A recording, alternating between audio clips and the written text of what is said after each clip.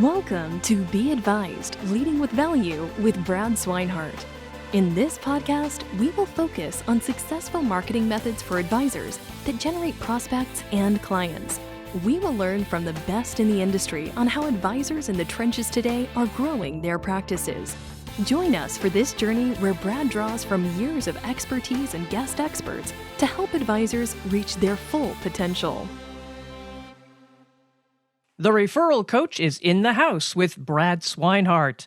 This is the Be Advised Leading with Value podcast. And Brad has a guest who is a recognized expert in relationship marketing, which can get you the referral and introductions that count. Bill Cates shows successful advisors how to be relevant, engage, and leverage resources. And Brad, you really scored here. Bill is also an author several times over and no stranger to podcasts. Bill, thanks so much for being on the show. I know we've done a couple of virtual events with some advisors and offered a lot of training out to them. And I just wanted to pick your brain a little bit more and dive into some of your absolute amazing expertise in the industry. So thank you very much for being on the show today. You bet, Brad. And just in case your listeners heard it incorrectly, it's Bill Cates with a C. Not with a G. I missed it by one letter and several $1 billion, I'm afraid. I was going to say probably a few zeros too, right? Well, yeah, but here's the deal. Bill Gates has a lot of money. He's given away a lot of money. That's his mission. My mission is to help you and everybody listening maybe make a little more money. So I think we'll be fine. I love that. And well, let's get right into it. You're known as the referral coach. Mm-hmm. You've recently written a book about radical relevance. And from what I understand, the concept behind that is really sharpening the marketing message. And I think that is so important today with all the noise out there in the industry and how advisors need to stand apart from everything else that their potential clients are seeing. So let's talk about that first. Let's talk about how do you sum up and clear out the noise for your value proposition as an advisor? Yeah, I think the two biggest obstacles that people are facing right now are, number one, I call it marketing message overload. It's been estimated that the average person receives about 3,000 marketing messages a day. So no wonder everybody's put barriers up to hearing from us and paying attention to us. And then the other barrier that we face is inertia. Right. And it means that our prospective clients could be doing nothing. Right. They got their head in the sand. We know a lot of people are that way around their financial world, or they're moving in a certain direction and the idea of changing just doesn't appeal to them. So sometimes the challenge is the incumbent. Right. We have to unseat someone else who's already serving our clients. So how do we get people to pay attention to the message? That's why I wrote the book, is to become more and increasingly relevant to those people so that they'll see our message and say, oh, that pertains to me. Because most of the messages we get, this, and everybody listening knows this, most of the messages, they don't have a clue who we are. And they're sending us a message anyway. So we got to cut through all that. And if I'm a financial advisor and I'm trying to define my message, to define what makes me different than the next financial advisor across the street or at a different firm, how do I determine what that message should be and dial into that value prop? Sure. The key really, and this is nothing new in the sense that most people have heard of this concept, the key is actually just narrowing your focus on who you're trying to reach. Having a very clear, a very well-defined target market. Now, you can have more than one target market, so you don't have to be restricted to one market. But the more defined you are, the more narrow you are, what happens is your messaging to those people becomes more relevant. It just means more to them. The challenge is if you have a pretty general range of people you're trying to serve, or business owners and executives and young families with children and all the various disparate types of things, then your messaging is going to be pretty weak. But if you narrow it specifically, then your messaging is going to be pretty strong. Now, I want to make a distinction between a target market and a category. So a lot of advisors want to work with folks that are 7 years out from retirement or on either 5 years of either side of retirement. You hear these ways of defining the category. And there's nothing wrong with that. Because that can be great work for those people. It could be very profitable work for you, but that's not a market. That's a category. Now, the beautiful thing is when you can put the two together. So let me give you an example. Dennis O'Keefe works in Massachusetts, and he works with folks with Verizon. So his target market is Verizon employees. He's nested in Verizon quite nicely up there. And his category are people that are about 5 to 7 years from retirement, and he helps them navigate into and through a successful retirement. So he couples the power of a clearly defined category and expertise there, and then a defined market and expertise and knowing the strengths and weaknesses of their benefits program, et cetera. And you put the two together, and that becomes a very, very powerful messaging. We worked on a web page for him just for Verizon employees, and all the language on that website page displays his knowingness for Verizon employees. So if a Verizon employee sees that, they go, "Oh, this guy gets me. This guy understands me." And that's what we need with our messaging. We need people to see our message and identify with it immediately.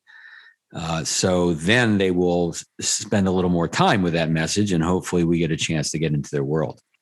And what should they focus on as far as what that value prop is during that message? Is it, is it aspirational? Is it positive? Is it value prop? Is it, credibility? What should that initial message or that overarching message, what should that focus on? Boy, that's a big question. There's a lot that could be talked about, but let me give you a few thoughts. First of all, you don't want to lead with credibility. The biggest mistake that I find most advisors making on their websites, LinkedIn profile, how they talk about themselves, Barron's 100, Forbes 250, all this credibility. And look, there's nothing wrong with that. We need to be able to talk about that, but that's not what's going to attract people. What's going to attract people initially is that you get me, you understand my world. So the word I want to focus on here for a second is empathy. Empathy means appreciation for understanding of someone's situation. And so in our marketing and in our prospecting and sales messaging, we want to display a knowingness for whoever we're reaching out to. And they've got to get that. They've got to feel that. Here's another way to think about it. Think about the Star Wars movies, the original ones, right? And the hero's journey. You have Luke Skywalker as the hero, and you have the villain, Darth Vader, and you have the guide, Yoda, the guide was. And so let's remember that the hero are the clients. You, as the advisor, you are not the hero. You are the guide. You are the person that's going to help the hero. They want to be the hero of their own story. So and together you fight the villain of confusion in the marketplace and all the other villains that you're fighting there. And so you want to make sure that your messaging speaks to them where they go, "Oh, I see myself in that." And so you take that, and now let's take a little bit about how the brain works. So there's a chapter in Radical Relevance, chapter 3. It's the neuroscience of relevance. And I learned a lot about the brain. It made my brain hurt actually writing that chapter. And so the brain 6 times a second is going, "Where am I? Am I safe?" Right? 6 times a second. "Where am I? Am I safe?" And then 3 times a second, roughly, it's going, "Is there an opportunity?" So the brain, yes, is wired for opportunity. The brain wants to be aspirational and take advantage of opportunities, but only when it feels safe. So that means usually our message starts out with empathy for the challenges, empathy for the problems, the concerns, right? Running out of money in retirement or tax consequences, et cetera. And then that pulls people in a little bit. And then we can talk about the aspirational. The aspirational side it's really the flip side of the same coin. As you solve the problems, you could take advantage of the opportunities. And so we lean a little bit towards the problems. We pull people in with that message. Then we talk about what's possible by solving those problems. And then we talk about us as the potential person to solve the problems for them. But we don't lead with credibility. That comes in after we've attracted them into our world.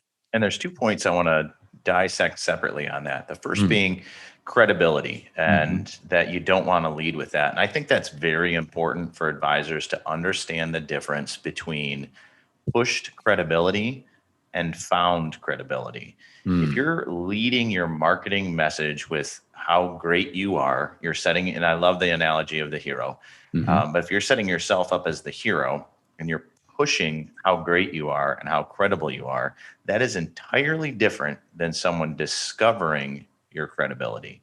Now, if a LinkedIn profile is a great example of that. If you have a bunch of salesy stuff up top about how great you are, that you're probably not going to get that reader to look much further than that. They're going to see, okay, this guy thinks very highly of himself, and maybe I'll move on. And if advisors are not paying attention to what their LinkedIn profile looks like, and you're actively marketing, you need to. 70% of prospects will look you up on LinkedIn before they decide to do business with you. So Bill is absolutely right that you need to pay attention to what that looks like when they find you online.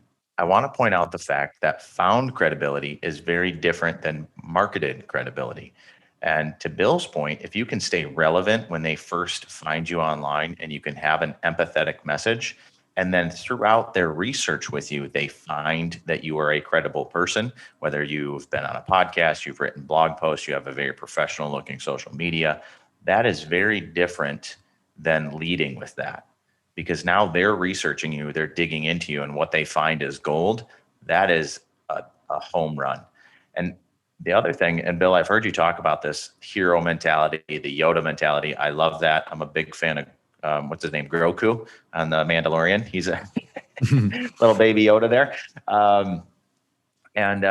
I've heard you talk about that before, and I loved it. I immediately attached to that message. And one thing, and I love your opinion on this, because when I hear that, when an advisor sets themselves up as the hero, what they're also doing is setting that prospect up as the victim, because the hero's coming in to save the victim, right? And when you do that to your prospects, that can't put them in a comfortable position. No one wants to feel like they're the victim. And I wanted kind of your spin on that, if you will, because I love that mentality. I've heard you say that before, and that's immediately where my mind goes. I want to see if there's any validity to that. Well, of course there is. And people want to be the hero of their own story.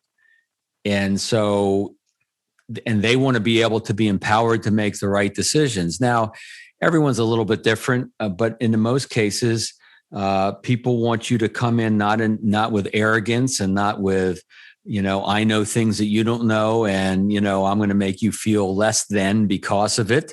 And there are a lot of advisors that they actually drive prospects away by how much they know and how much they have to share what they know. In fact, I got a call from an advisor's wife who worked with the advisor and says, we could use your help where we can't convert our prospects into clients. And so I said, all right, well, tell me, what's happening, what's working, not working. And what we found out is this advisor is so enamored with how much he knows and how well he thinks he can explain it to prospects and clients, that's all he does. He doesn't ask questions to get to know these folks. He, as they're walking out the door, he's teaching. It's like he could put a whiteboard in their car, he would do it. And so what happens is he inundates people with this information and how much he knows, and it just drives people away.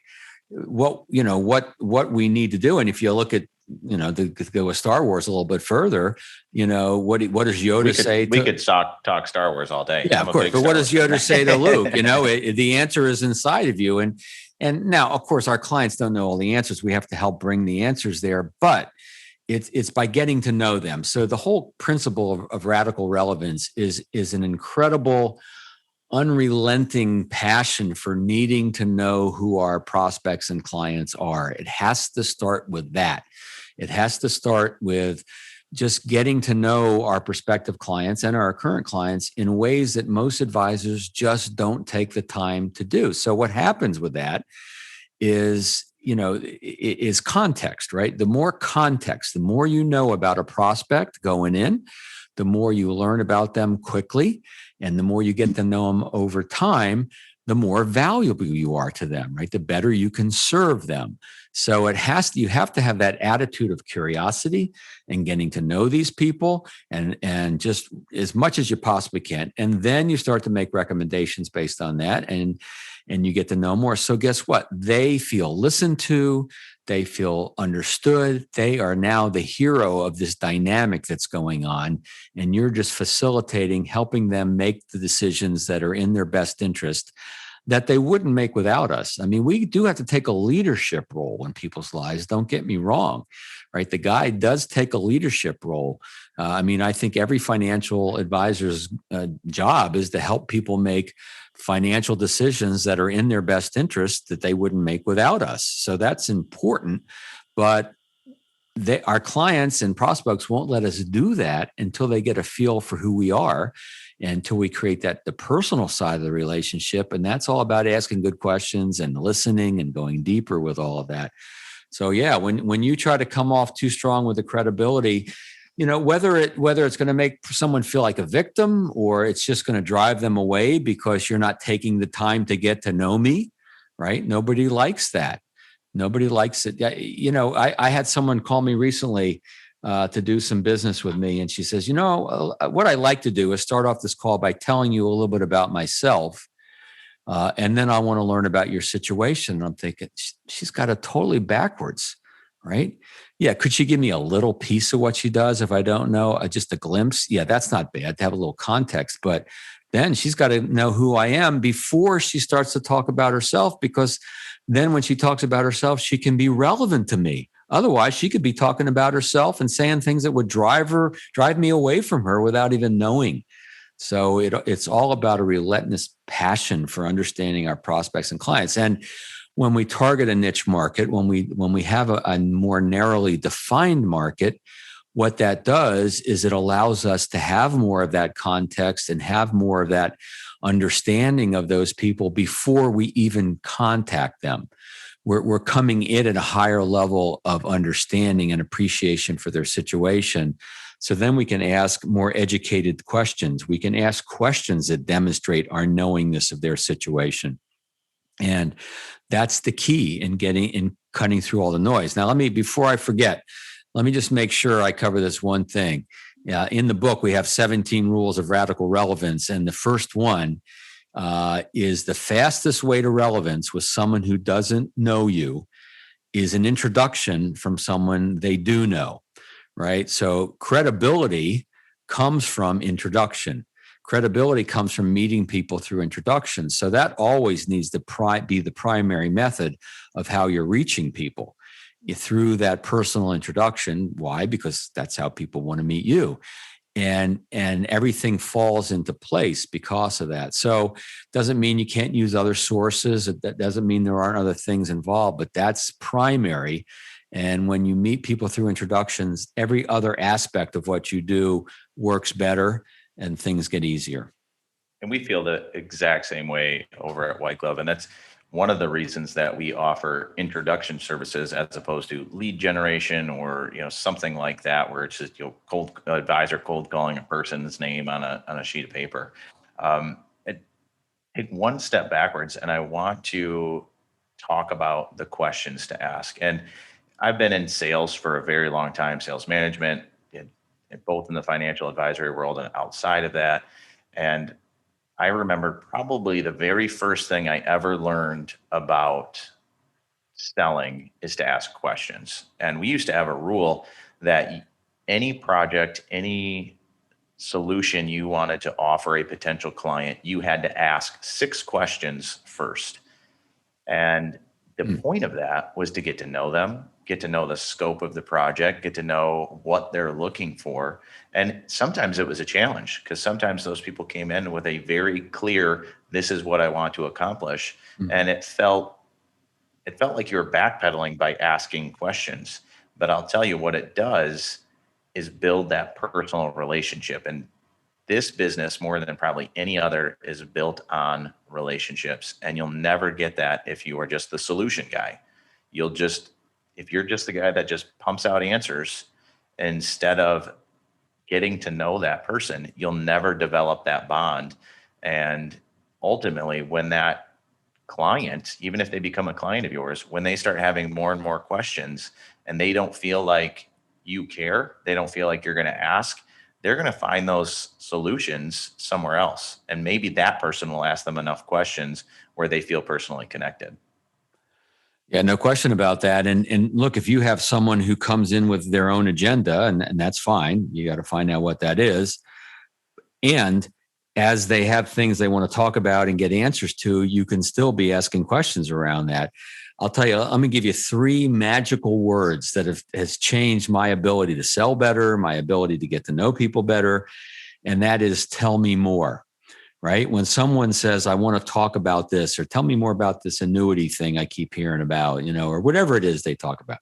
And you want to just, tell me more about that. Tell me, what makes you want to learn more about that? What have you heard? What have you read? What have you been told that makes you interested in that? So always trying to get motivation behind people and their questions and their agenda helps you get to know people better. And sometimes you can, they come in with weird questions or things that they shouldn't be doing that may not be good for them, right? And so you want to make sure that anything that you recommend or anything you help them with is tailored to their situation, what they need. And you can't do that just by, you can't take a leadership role in clients' lives and do the best possible work when you're just doing what they ask you to do. I'm not saying you don't pay attention to that. I'm not saying that maybe you do that, and you've got to come at it at a higher level, right? So, it's the difference really in being process oriented. When you get back to the referral introduction stuff, it's not the products that make you referable, right? It's not the transaction that makes you referable. It's the process. It's the process of you getting to know them. It's the process of them getting to know you and your team. And so we've got to make sure we bring a process from the very beginning of getting to know our prospects and onboarding them into our business, walking them down the metaphorical red carpet into our business, and then how we stay in touch with them over time. It's the process that's going to make you more referable, and it's the relationship that's going to make you more referable over time. And I truly believe that asking questions always has value during a conversation. Mm-hmm. Even if they are asking for a solution, they are asking you for an answer. If you can dive into what made them ask that question, probably far more often than not, when an advisor is speaking to a prospect, they have the answer to that specific question. But understanding why that prospect has that concern, understanding why they asked that question, is much more powerful than giving that solution. Yeah, I think maybe you do a little bit of both, right? You do answer the question at some point, but you do want to find out what's driving that question so that you can give a better answer. And also, sometimes if you're not careful, if you don't know what's driving the question, then you can end up answering the question incorrectly and losing them. So right. You always 100%. want to, you want to find out what's driving, and this is about being relevant, right? So back to the whole idea of relevance is the more you know about your prospect or the more you know about your client, then the more relevant your messaging will be, the more relevant your recommendations will be, et cetera. And, you talked about LinkedIn and having a great LinkedIn profile and all that.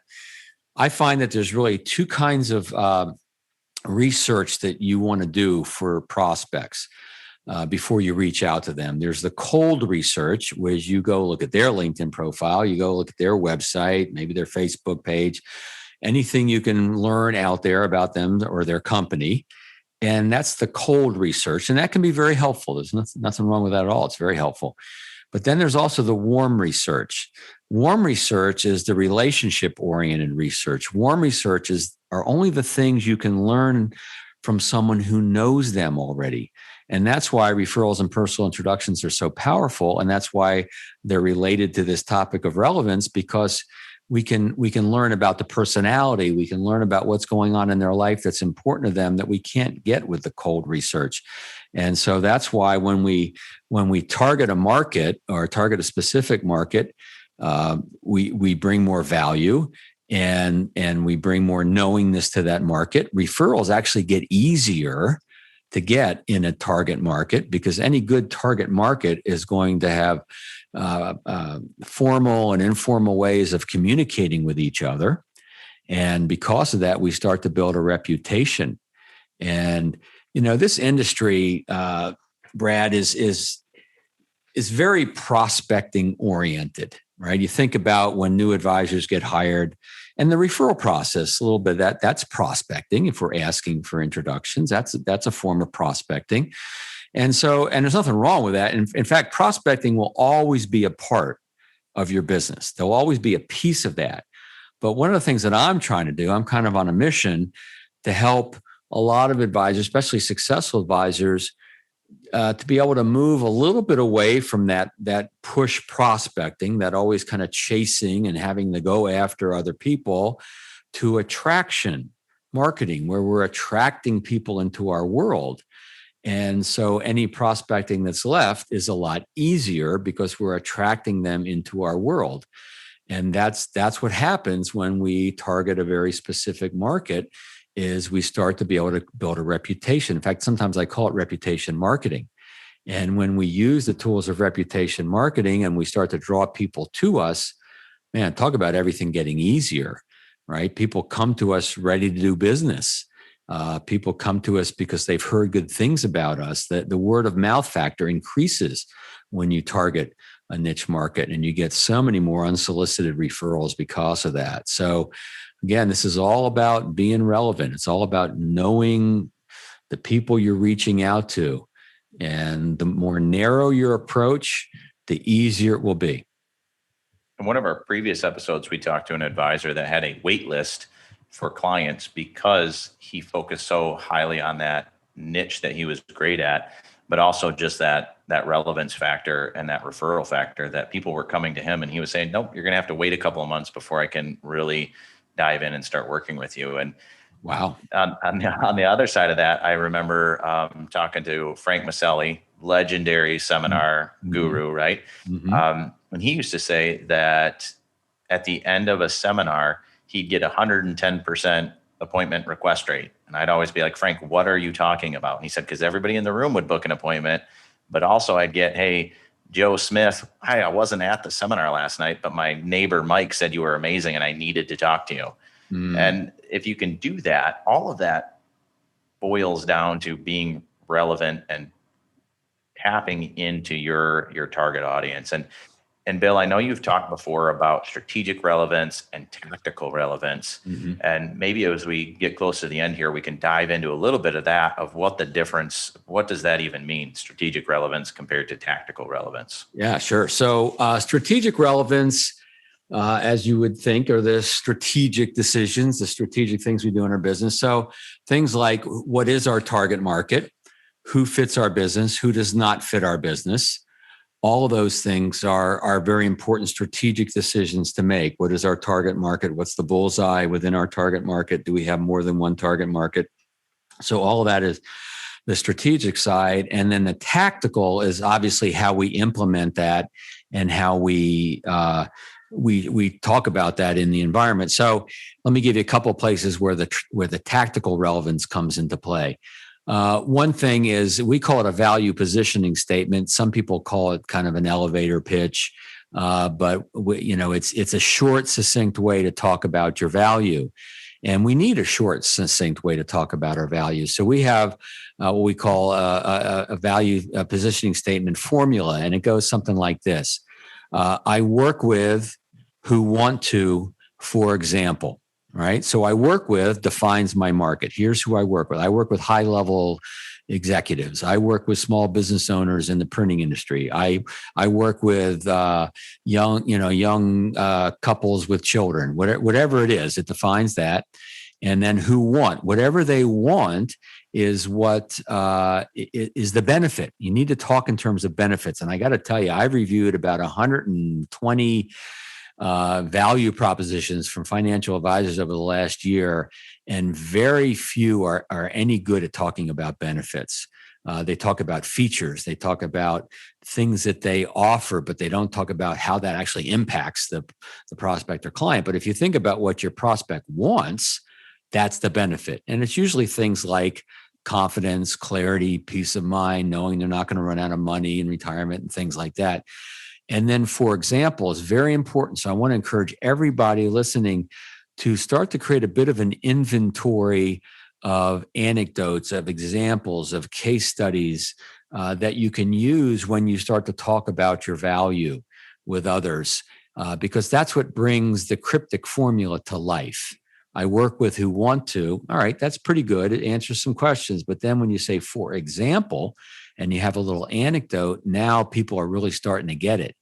And by the way, if you're ever in a social setting and people ask what you do, you don't go into your value positioning statement in a social setting.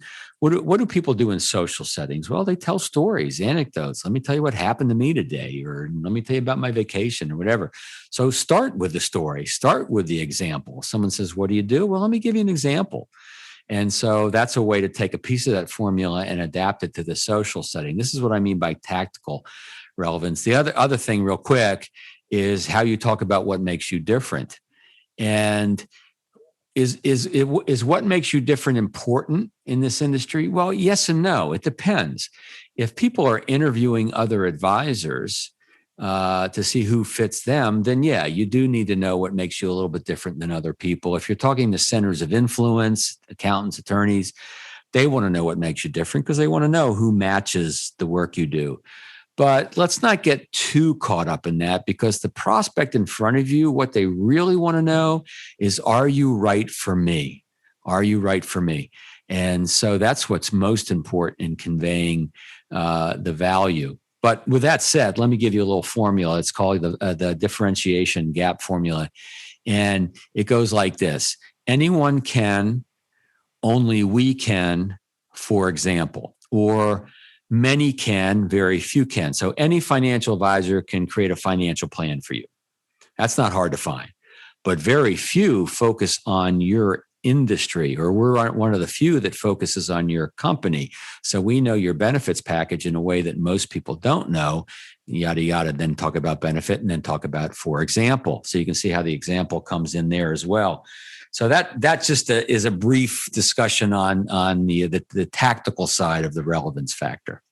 And just so advisors kind of have a very clear picture of the difference between features and benefits, because I love that mentality. I've always believed in that. And it gets kind of confusing, or it gets a little muddled if you're not paying attention. But a feature is something that it does, something that it has, something that is, a bullet point on a package, if you will. Mm-hmm. A benefit is how that person is going to feel, how that's going to change their life. And if you focus on features, you're going to push people away. When you focus on benefits and you've asked all the proper questions so you know which benefits are going to ring true, then you're going to close more business. And probably one final point, Bill, I'd love to ask you about, just there's key messaging that advisors can create that drives someone to take action. What would if you had one recommendation of when you're thinking of messaging, what should they focus on to drive action? Yeah, so I think probably one of the key things is what happens if we do nothing, right? What is the cost of not taking action? What are the ramifications of not taking action? As long as you as an advisor are focusing on what I like to refer to as critical problems and blatant and critical problems. We have a chapter in the book about that. You want to try to keep your business, for the most part, in that area of problems that clients or prospects know they have and that they have to solve. Right? If you're just focusing on aspirational problems, you're focusing on things that they don't really think are critical, it's going to be a struggle. And I'm not saying you can't get there, but if you go in talking about things that they know there's a problem and there's a cost to not doing anything, that will move people to take action. Right? What happens if we don't do anything? What are the ramifications of that? If you can spell that out, if you can show that with numbers, and then that is what usually will move people to take action. If they see that whatever problem you're solving, if they see it as aspirational, like I'll get to it someday, you're not moving them to take action in most cases. They've got to see the critical nature of the problem, or they won't take that next step, whatever that next step is. Makes perfect sense. Bill, thank you so much for being on the show today. Great episode, lots of key takeaways. And if you have a chance to pick up Radical Relevance, I highly recommend it. A lot of the things we just touched on today, it goes very in depth in that. And Bill Cates, not Bill Gates, thank you so much for being on the show today, buddy. I appreciate our partnership always. You bet. My pleasure. Bill Cates, Brad Swineheart, so much solid information, gentlemen. Thank you so much. Subscribe to Brad's podcast, Be Advised, Leading with Value, and know when the latest episode is available. In fact, do it now with the button on this page. And of course, be sure to share with friends and colleagues. Thank you for listening to Be Advised, Leading with Value with Brad Swineheart. Click the subscribe button below to be notified when new episodes become available. The information covered and posted represents the views and opinions of the guest and does not necessarily represent the views or opinions of Mike Love. The content has been made available for informational and educational purposes only. The content is not intended to be a substitute for professional investing advice. Always seek the advice of your financial advisor or other qualified financial service providers with any questions you may have regarding your investment planning.